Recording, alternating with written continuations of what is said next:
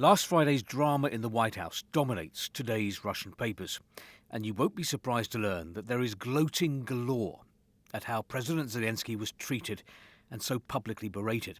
A university professor tells Moskovsky Komsomolets Russia cannot conceal its malicious pleasure. Komsomolskaya Pravda writes that for several years, important men with fat wallets persuaded Zelensky that the sun revolved around him, and now they're sticking his head in the toilet. But after the scandal in the Oval Office, what next? Russian MP Vyacheslav Nikonov tells the paper that Europe may talk big about giving Ukraine money and weapons, but they don't have that much money or produce weapons, and the Americans can turn the taps off and stop supplying Ukraine with arms. The Western system is crashing like a house of cards. Political scientist Dmitry Drobnitsky concludes Trump's position is, if you want to fight Russia, then do it yourselves. I think a way will be found to restore US-Russian relations without restoring peace in Ukraine. Trump is not our friend, but he is the enemy of our enemies. How can we exploit that? Let's think. To be honest, Donald Trump's America is looking more and more like Russia's friend. Kommersant today, as Vladimir Putin's press secretary Dmitry Peskov said, America's new foreign policy configurations are largely aligned with Russia's. For his part, Foreign Minister Sergei Lavrov reminded people that for the last 500 years, all tragedies in the world had originated in Europe, but the US did not play any instigating role. Regarding the London summit in support of Ukraine, Komsomolskaya Pravda writes, the Europeans met in London to flog a dead horse. Komsomolets on Europe. In 3 years, they've come up with nothing to back up the slogan, we're with Ukraine for as long as it takes.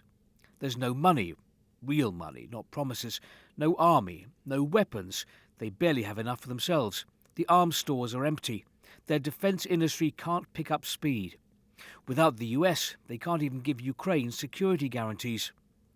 Nezavisima Gazeta. The West is no longer united in its support for Ukraine. America's European allies have found themselves in a difficult position. They may have to take upon themselves fully the support of Ukraine, for which it appears they are not ready. Similar conclusions in the Russian government paper Rossiyskaya Gazeta. In words, Europe declares it will never abandon Ukraine. In reality, it doesn't have the resources to replace America. On the London summit, it writes this, the man kicked out of the White House flew to London for support. The lords of the manor from the old world consoled Zelensky.